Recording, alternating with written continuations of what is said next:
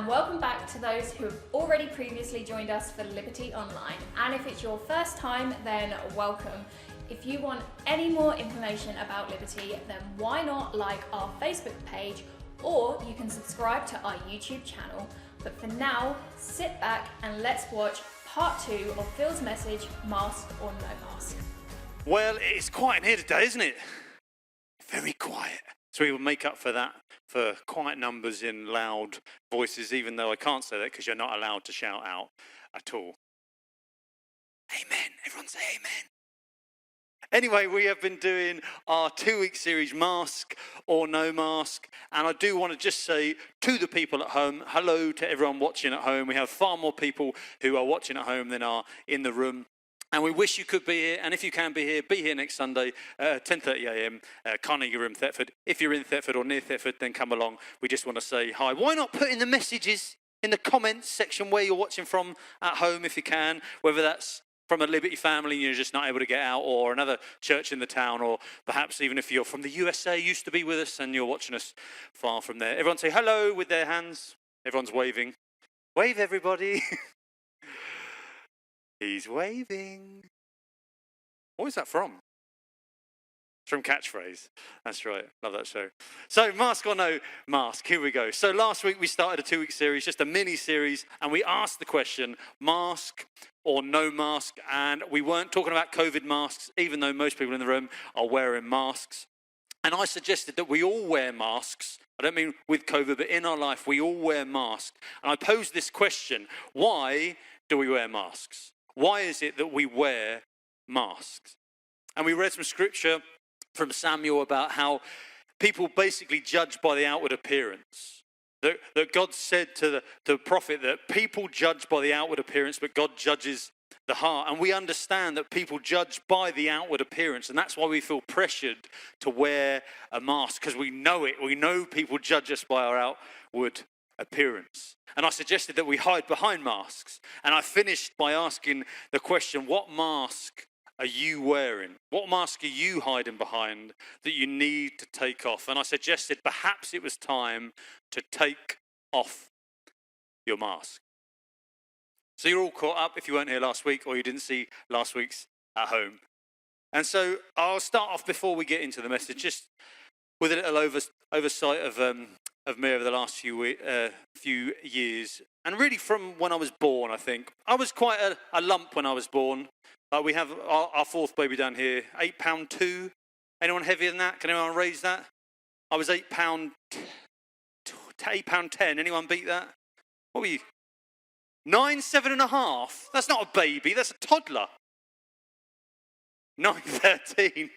Anyone beat that? 9 pound 13. Whoo! Bless you. 9.13. Anyway, I pretty much have been overweight most of my life. I've been quite a chunky dude.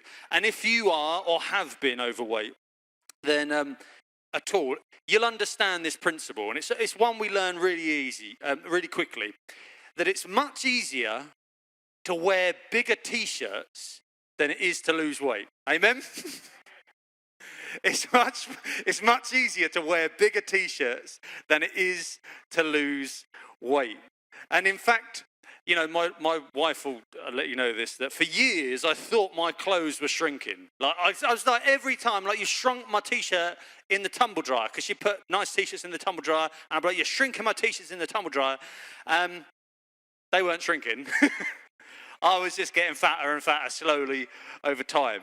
And because I was getting bigger and bigger over time, I'd just buy bigger T-shirts to mask what was underneath. I'd buy bigger T-shirts to mask what was underneath. Mask it from me and to mask it from other people.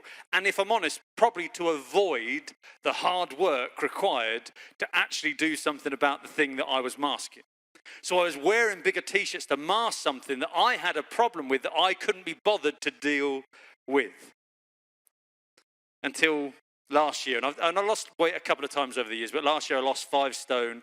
And then in lockdown came along, good old lockdown. Who put on weight in lockdown? Anyone put on weight in lockdown? Anyone put on over half a stone in lockdown? Anyone over a stone? Anyone over 1.5 stone? You don't count, you were pregnant. Put your hand down. Anyone over 2 stone? Just me then. Over 2 stone. To be fair, it was Christmas and holiday beforehand, and then I shifted it back, and then lockdown came. I put on 2 stone of the 5 that I lost, and I've lost 1 stone of that, and I've got 1 more to go to get to where I was. But now, as you can tell, my T-shirts are slightly too tight. They're snug, let's say. And so this T-shirt is a bit too small for me. I understand that. I'll give it a little bit of a stretch beforehand. But I've made this decision, even this morning, rather than buy bigger tops, I put it on this morning, even though it's too snug, because it reveals what's underneath. And you know what? It actually helps me and forces me to continue to lose weight, to become the thing, I want you to think about this, to become the thing that I desire. It's the thing that I want to be underneath. And so I'm not masking it. I'm not going to run around my top off, there's children in the room. But the good thing that I desire to be, not because of looks or anything, but just because of health reasons, everything that goes with it. And not settle with the easy thing. Because can I tell you, it's well easy just to go and buy a new T-shirt at Tesco. It's so easy, isn't it? And clothes these days are so cheap as well. Not Superdry T-shirts. That's honestly why. It's not just the T-shirt that's tight, I'm tight. Superdry T-shirts are expensive, and so I don't want to go and buy a new one. So, not settling with the easy thing, which is to mask it, to cover it up, give the appearance of something good, instead of doing the hard work to be something good. I'm going to mask something to appear as something good, rather than doing something about it to be something good. And I heard a preacher, actually one of my favourites, this term, he might have nicked it from somewhere, but we want the triceps without the try. I love that expression. We want the triceps, that's the muscle here, by the way, without the try. Or we want the pecs without the push-ups, or the way I put it, we want the bod without the mod. We want the body without the modification of behaviour that we have to do to get it. And I'm not just talking about the physical, and I'm not even talking about the physical at all today, really. But it's easy to put on a mask, whatever that mask is, because of all different reasons, perhaps even because of the pressure from other people's perfection. You see other people and you value what they are, even if it's a good thing, and you value what they are, you see that other people's perfection from their outside anyway, or even something you just desire to be or have. And it can make us feel inadequate in some way, shape or form. Or we feel like we have to meet their standard of what they expect of us, or at least appear not to fall short of their expectations, or to avoid criticism. And that can be of parents, of friends, of church people, of works, of bosses, of anyone. So we can mask all sorts of things. We do it with our bodies, more ladies than gents in the room, but do it with our faces, with makeup. We can mask all sorts of things in the physical, but we can do it with our intellect. We can mask how non-intellectual we are. We can try and appear more smart than we are. We can mask our well-being. We can try and mask how brilliant we are or aren't. We can mask how perfect we are or not. And you can even mask how spiritual you are, or should I say are not. And this can happen more than anywhere, I think, than in church. This thing that I'm talking about, it happens all across the world in all sorts of settings, but I think it can happen so easily and more than anywhere in church because of the pressure to wear religious masks. Jesus has there's a story in the Bible in Luke where Jesus spent ages basically bashing religious folk. He was bashing the Pharisees, the guys who were paid to be good, essentially. They were like the lawyers of the day. They were paid to know the law inside out and walk it out. And then he went on to warn his followers and had concern of his disciples about the dangers of wearing religious masks in the way that they portrayed themselves to other people. And it says in Luke 12, I'm reading from the Message version because I love the way it puts it in this one. It says in Luke 12, 1-3, it says, by this time the crowd, unwieldy and stepping on each other's toes, numbered into the thousands. So there was a massive crowd. But check this. But Jesus' primary concern was his disciples. Out of all of them people, out of the whole crowd, his primary concern was his followers, the people who followed him. And he said to them, watch yourselves carefully, so you do not get contaminated. And probably they thought at this time, with the people who are sinful in the world. And Jesus weren't talking about them. He wasn't talking about people who were doing things wrong or that they frowned upon. Not that sort of contamination. He was worried about a different contamination. So don't get contaminated with the Pharisee yeast. What the people who are supposed to be perfect, who give off this impression of perfectness, he said Pharisee phoniness. You can't keep I love this advice to his disciples, because if you get contaminated with this, it's all going to work out wrong. He says, you can't keep your true self hidden forever. Before long, you'll be exposed. You can't hide behind a religious mask forever. Sooner or later, that mask will slip and your true face will be known. You can't keep that up the whole time. These Pharisees couldn't keep up that picture of perfection. And they were so far off it in many regards. And perhaps perhaps it's not you, perhaps it's for your husband or wife next to you or your boss, probably. Perhaps in some area of your life, or perhaps with specific people, or just in general, you're wearing a religious mask in some way. And really that you can't go on pretending. And I want to go further than I said last week. And I said last week, take off your mask. But I want to go a step further and say, particularly with this sort of thing, a Pharisee mask, a religious mask, a mask of perfection, I want to say, take off your mask before it falls off. Take off your mask before it falls off. Again, disclaimer, not COVID mask. Leave your COVID masks on in the room. But take off your mask before it falls off. Because your mask, if you're wearing a religious mask in any sense, it will eventually fall off. And perhaps some of you got the ones with the ear straps. They're quite sensible. Like I said last week, I wear this snooty type thing because it is very soft. It's so soft.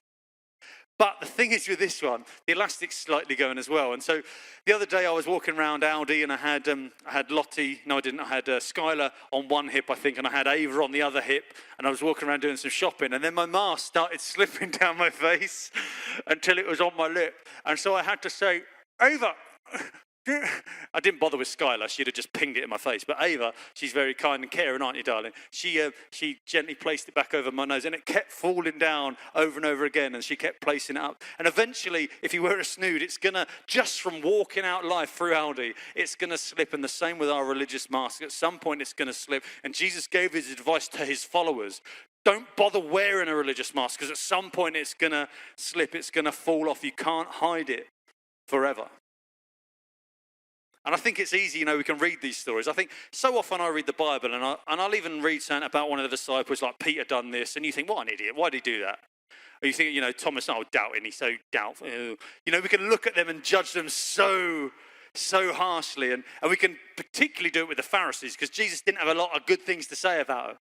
And so it's easy for us to point to the Pharisees and think, you losers, But let's think about it. Be honest with yourself even.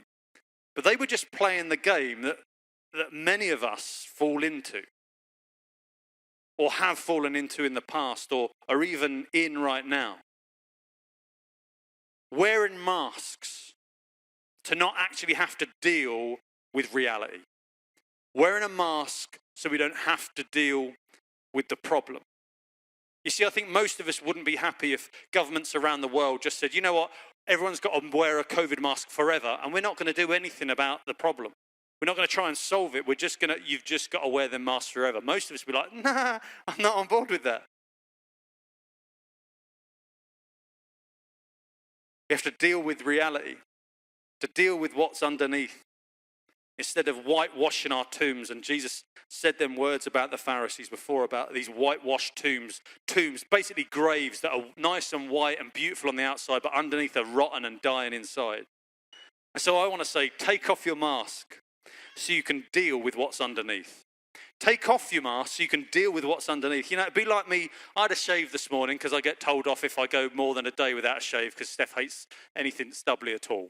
And so it would be like me trying to have a shave with my mask on. Imagine that. Imagine trying to shave from behind a mask. And just like, you're right.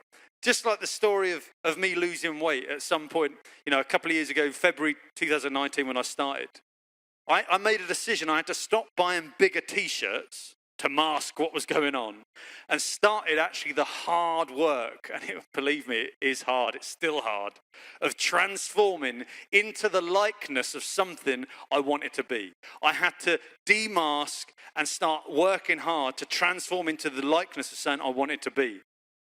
Essentially dealing with what's underneath the t-shirt. And I think if we never, oh, there's my daughter. At least she's going around the one-way system. She's good at following the rules. There we go. And I want you to think about this. With your stuff in life, whatever it is that you might be masking, whether it's a religious mask or some other behavioral mask that you wear at work or in front of certain people, whatever it is, if we never take off our mask, if we always put up that front, wear that facade, act that way to pretend we're a certain thing, if we never take off the mask, we don't have to deal with our ugliness. If we don't take, like just me, like I could have kept my mask on today, because you can actually hear through this. I could have not had a shave. I could have not bothered. My wife wouldn't have known. I could have toothpaste, egg down my face. I had porridge actually this morning. I could have porridge all down my face. And if I kept my mask on, you wouldn't have to. Some of you haven't had a shave, have you? Not pointing at the women. It's funny because I can't see smiles because of your face, but I can see David's shoulders. If we never take our mask off, we understand that we don't have to deal with any ugliness that is underneath. And I'm not talking about looks. I'm not talking about the physical. If you're blessed and you're good looking, good for you. But if you're one of us average people, it's tempting to mask things. It's tempting probably to put a filter on, just like on Facebook or Instagram or whatever. It's very tempting if you're not super gorgeous to put a filter on to be something that you're not, to hide what you consider an ugliness in the physical. But I want to say it's actually in the other areas of our life, the actual important areas of our life, it's the revealing of the ugly things that drives us to do something about the ugly thing. It's the revealing of that ugly thing that gives us the impetus to move towards dealing with that ugly thing. Again, I'm not talking about the physical. Just the things that we even think are ugly. It's not even the things that other people think perhaps, or not even if you're not a churchgoer and you're at home and you're not even a Christian. It's just the things that you think are ugly, the things that you don't want to be. Unless we take them off, we never deal with them. We have to reveal them to actually deal with them. So I want to ask you, what do you mask? What is it in your life that you mask? And I want to say, don't cover it up. Don't cover it up. Bring it into his light. I want you to think about this. If you want to fix something, and I'm renowned for being such a handyman. I do have 2 toolkits.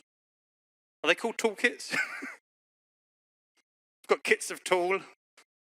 I've got 2 boxes that hold these, I want to say instruments in.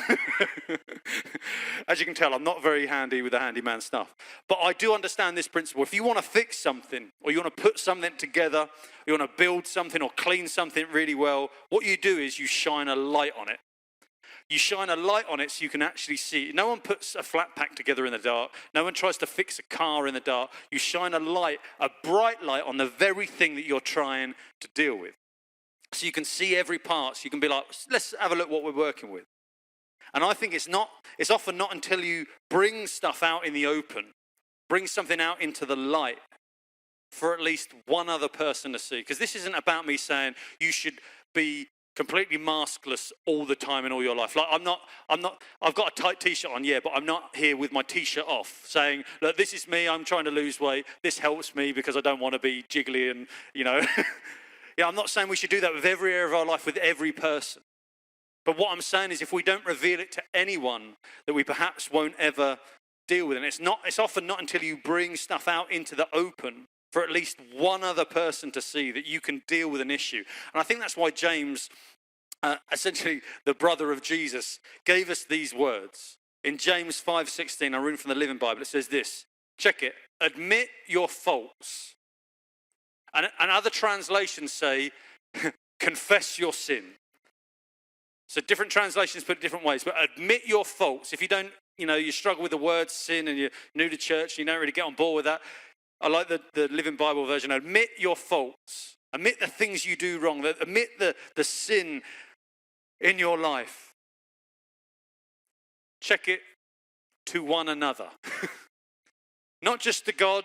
Admit your faults. Confess your sin to one another and pray for each other. Check it. So you may be healed. Confess something to somebody else who loves you, who's close to you, so you may be healed. Talk about a dude who would have had the pressure to wear a mask. This is James, the brother of Jesus, who would have grown up with him, of this perfect older sibling. Who's got a sibling who's better than them? Come on, you can be honest. None of mine are. They're all worse than me. I've got 4. 3 brothers and sisters. I'm number 4. But often there's one that you think is like this perfect one, perhaps, and that's probably not even true, but we might feel that way.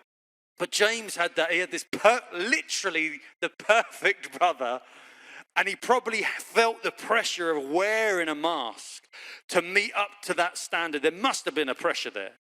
And yet even he said, admit your faults. Don't wear a mask. Stop having the pressure of wearing that mask.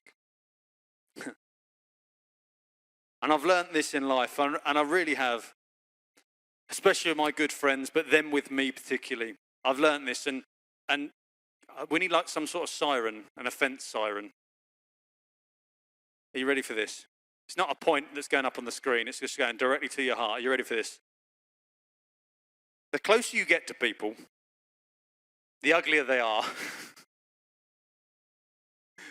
Honestly, the closer you get to people, the uglier you are. The people looking at home, if Lacey, she's behind the camera, if she was to zoom in on me, don't, please. But if she gets very, very, very close, you're going to see more and more ugliness.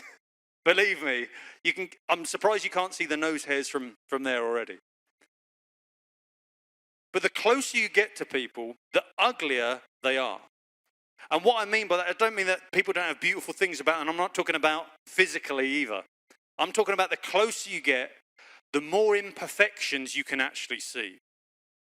And it's the same with anything. Anything you look at, like this lectern here, the closer I look at it, the more scratches I can see. You look at a nice painted wall, you can go up and see blemishes. With skin, you can see little spots or blemishes or cuts or anything. The closer you get, and the same in relationship, the closer you get to people, the uglier they are, because you can see the imperfections. When you get close, you find out more things you don't like. I want you to think about that. Even with your best friends, the closer you get, the more things you'll find that you don't like about them. If they're not wearing a mask. If they're wearing a mask, you won't see it. And you've got options there in relationship. You can either keep your mask on and judge them against your religious mask, or you can take off your mask and allow them to see your ugliness too. And that's what I believe the Bible talks about when it says iron sharpening iron. You can't sharpen iron if you've got like socks over the swords. It doesn't work. It has to be raw iron on raw iron, sharpening each other. And the same in our relationships with people. We have to have our ugliness and their ugliness together, and we can sharpen each other over time. Somehow 2 ugly faces like mine rubbed together will somehow produce Brad Pitt and George Clooney. Yeah, I'll keep praying for that one. But I want you to think about it. If you can't admit faults to people, if you can't confess sin to a friend, to a person who loves you, how can you, in the words of James, be healed from that thing? The way I like to put it is you've got to disclose it to dispose it. You've got to say it to get rid of it. You've got to disclose the thing to dispose of the thing. And I want you to think about this with the thing in your life that you might mask or have masked.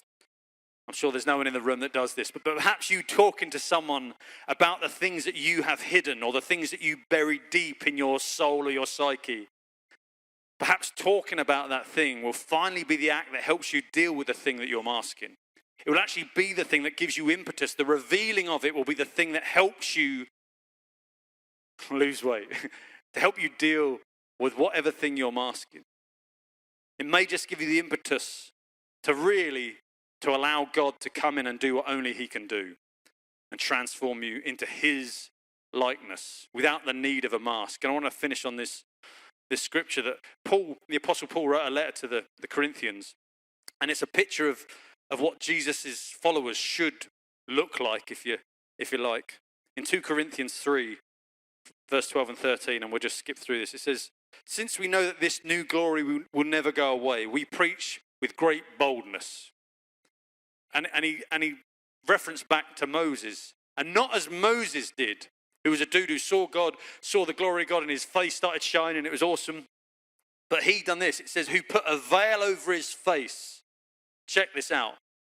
So the Israelis or Israelite people could not see the glory fade away. As that glory was fading away over time, Moses felt the pressure to wear a mask, to cover, to veil his face, to not show the people around him, because he was this big, spiritual, amazing person who'd had an encounter with God. And he wanted to hide the fact that that glory was fading over time. He was trying to mask that. But Paul says, jump to verse 18, says this, but we Christians, we Jesus followers, have no veil over our faces. We can be mirrors that brightly reflect the glory of the Lord. And as the Spirit of the Lord works within us, because that's where the work comes from, it's the Spirit of the Lord works within us, we become more and more like him. We start to look more and more like him, being transformed into his likeness. And I want to say, if you veil who you are from people, perhaps you'll never reflect him. If you veil who you are, you'll never reflect him. Because taking off your mask forces you. It does, just like me losing weight. Taking off the mask, the veil, the thing you're hiding, taking off your mask forces you to challenge the things in you that you once covered up, so that you can ultimately reflect Jesus. Because I want you to think about this. He has forgiven and can forgive the ugliest things you can throw at him. So there's no need to mask it. He's able to wipe clean the ugliest thing you can throw at him. He can wash your dirtiest things white as snow. So there's no shame. So you can throw off the old self, throw off that mask, and be a new creation in him, as the Bible talks about. So I want to say, take off your mask, whatever that is for you, in whatever area of life. Take off your mask so you can deal with what's underneath. And ultimately, I guess, I want to encourage you to take off your mask so people can see Jesus.